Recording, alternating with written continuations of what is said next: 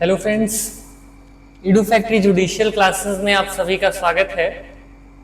और आज से हम शुरू कर रहे हैं current affairs, daily current affairs.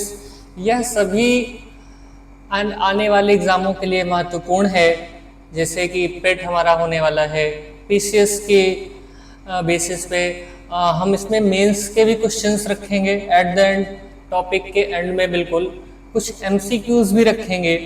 और यह सभी आगामी परीक्षाओं के लिए एक महत्वपूर्ण श्रृंखला होने वाली है।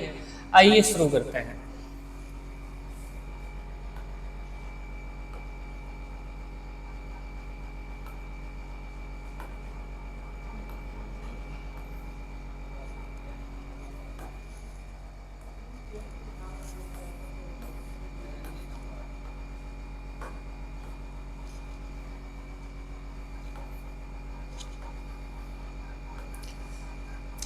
प्रधानमंत्री मोदी ने डिजिटल जन सम्मान पोर्टल लॉन्च किया है।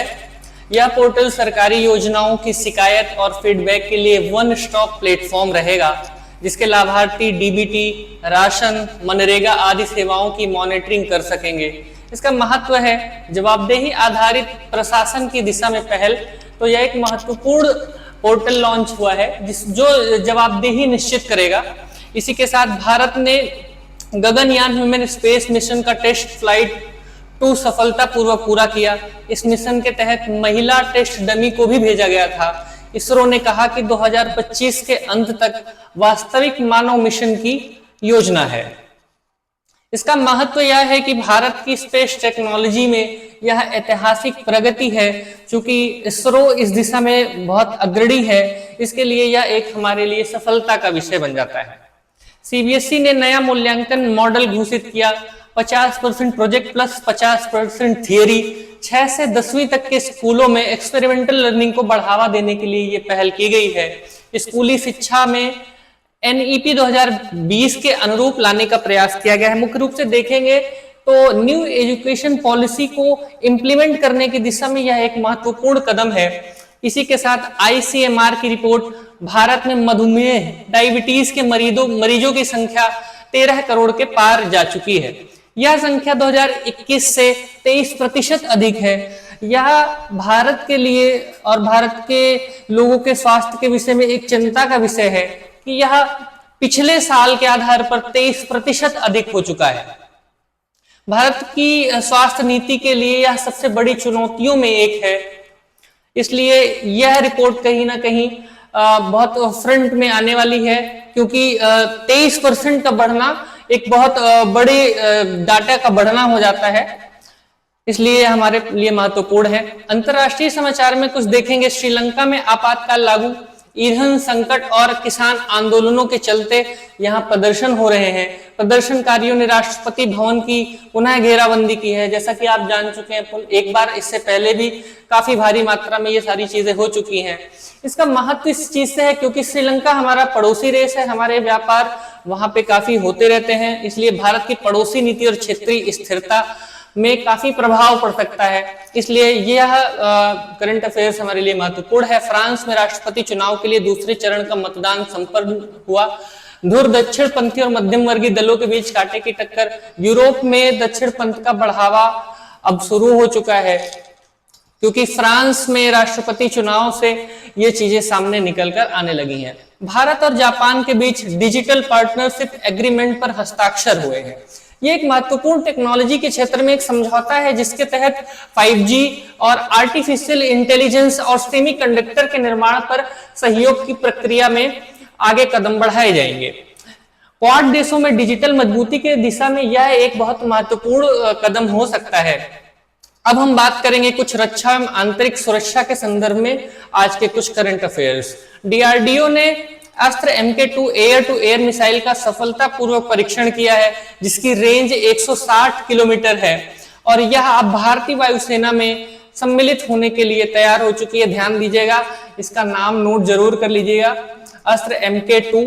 चूंकि यह स्वदेशी मिसाइल है और हाल ही के दिनों में जैसे भारत और पाकिस्तान के बीच वॉर की कंडीशंस क्रिएट हो रही थी और उसके बाद लगातार डीआरडीओ ने कुछ ऐसे कदम, ड्रोन्स बनाए और ये मिसाइल्स तैयार की, तो कहीं ना कहीं हमारे लिए ये महत्वपूर्ण हो जाता है। इसी प्रकार आईटीबीपी को मिला पहला female mountain warfare commando unit. 25 महिला कमांडो को हिमालयी मोर्चे पर तैनात किया गया। यह महिला सशक्तिकरण के विषय में काफी महत्वपूर्ण हो जाता है, जैसा कि दलित स्त्री विमर्श के संदर्भ में हमारे लिए एक महत्वपूर्ण कदम है।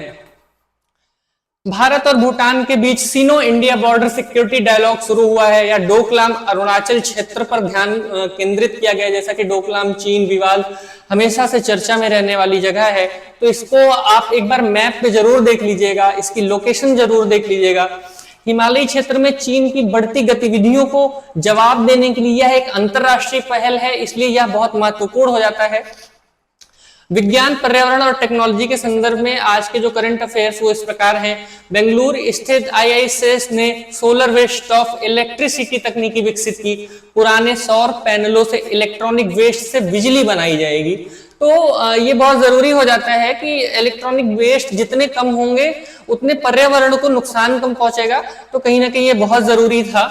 और भारत ने पहली बार क्लाइमेट इनोवेशन इंडेक्स में शीर्ष 10 में स्थान पाया, तो बहुत जरूरी है। G20 देशों की पर्यावरण नीति पर आधारित यह रिपोर्ट संयुक्त राष्ट्र द्वारा जारी की जाती है, तो ध्यान रखिए संयुक्त राष्ट्र द्वारा जितनी भी रिपोर्ट्स जारी की जाती हैं ये हमारे एग्जाम्स के प्रोस्पेक्टिव से बहुत ही महत्वपूर्ण हो जाती है। इसलिए और चूंकि और महत्वपूर्ण हो जाती है, या शीर्ष 10 में भारत का स्थान आ चुका है, तो इसलिए इसको बहुत जरूर ध्यान दीजिएगा कि पर्यावरण के क्षेत्र में पिछले विगत 5 वर्षों से भारत ने बहुत अच्छा काम किया है, तो इसलिए अब हम भारत शीर्ष 10 में है।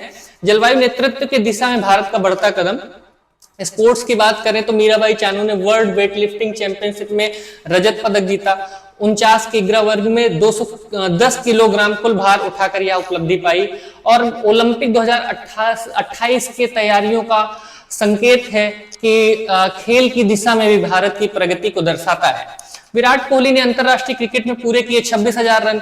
सचिन तेंदुलकर के बाद सबसे तेज इस आंकड़े तक पहुंचने वाली वह खिलाड़ी हैं। यह एक और मील का पत्थर उनके लिए हो गया है। इसी प्रकार टोक्यो में ब्लाइंड वर्ल्ड जूडो चैंपियनशिप में भारत को 2 स्वर्ण पदक। भारत की दृष्टिहीन जूडो टीम ने पहली बार टीम इवेंट में भी पदक जीता। दिव्यांग खिलाड़ियों के लिए यह प्रेरणादायक है, क्योंकि जैसा कि उपेक्षित रहने वाले समाजों को अब मुख्य धारा से जोड़ने की दिशा में कदम उठाए जा रहे हैं, तो यह एक बहुत मुख्य बात हो जाती है कि दिव्यांग खिलाड़ी देश ही नहीं, देश और राज्य के स्तर पर ही नहीं, विश्व के स्तर पर भी अच्छा प्रदर्शन कर रहे हैं।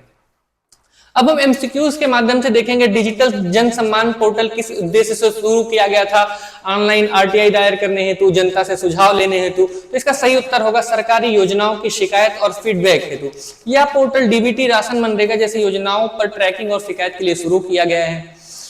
ज्ञान गंगा मिशन की दूसरी टेस्ट फ्लाइट में कौन सी नई विशेषता जोड़ी गई? तो यह ध्यान रखिए, महिला डमी मॉडल को इसके साथ भेजा गया है। महिला डमी मॉडल को इसके साथ भेजा गया है। नई सीबीएसई मूल्यांकन नीति के अनुसार 6 से 10वीं कक्षा के लिए स्कीम क्या है? 50+50। ये फॉर्मूला है एक तरह का, जो 50% थियरी और 50% प्रोजेक्ट पर आधारित है।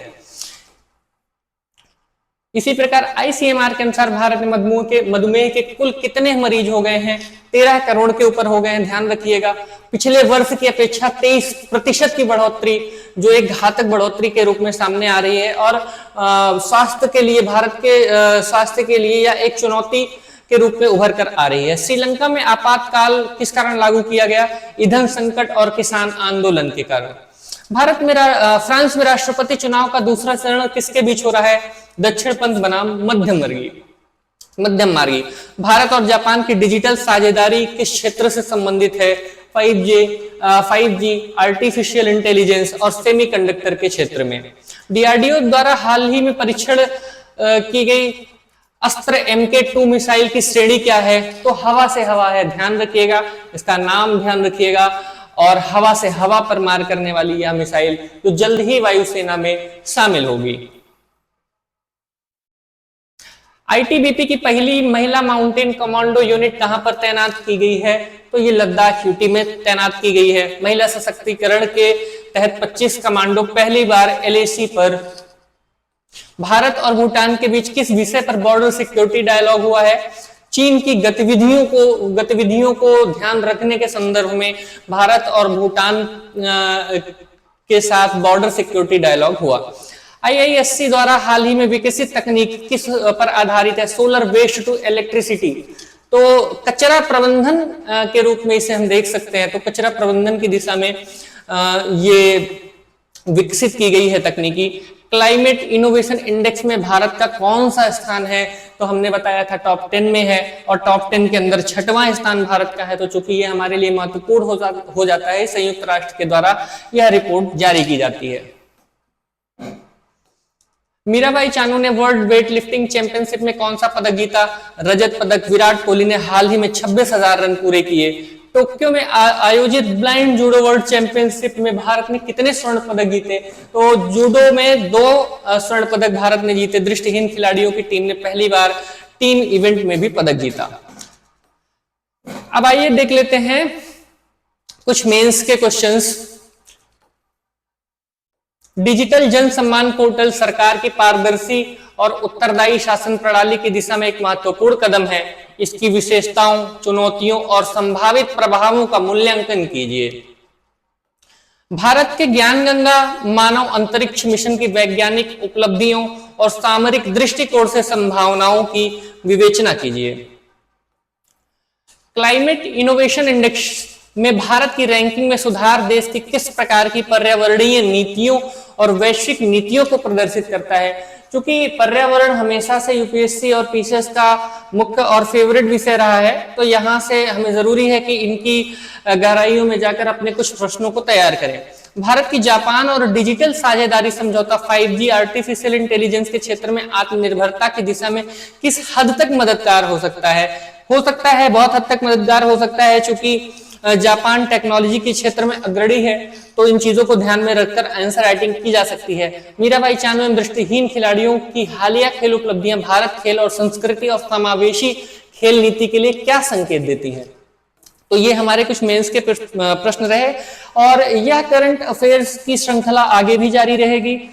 आप सभी इसको ज्वाइन कर अपने करंट अफेयर्स को मजबूती प्रदान कीजिए। बहुत बहुत धन्यवाद।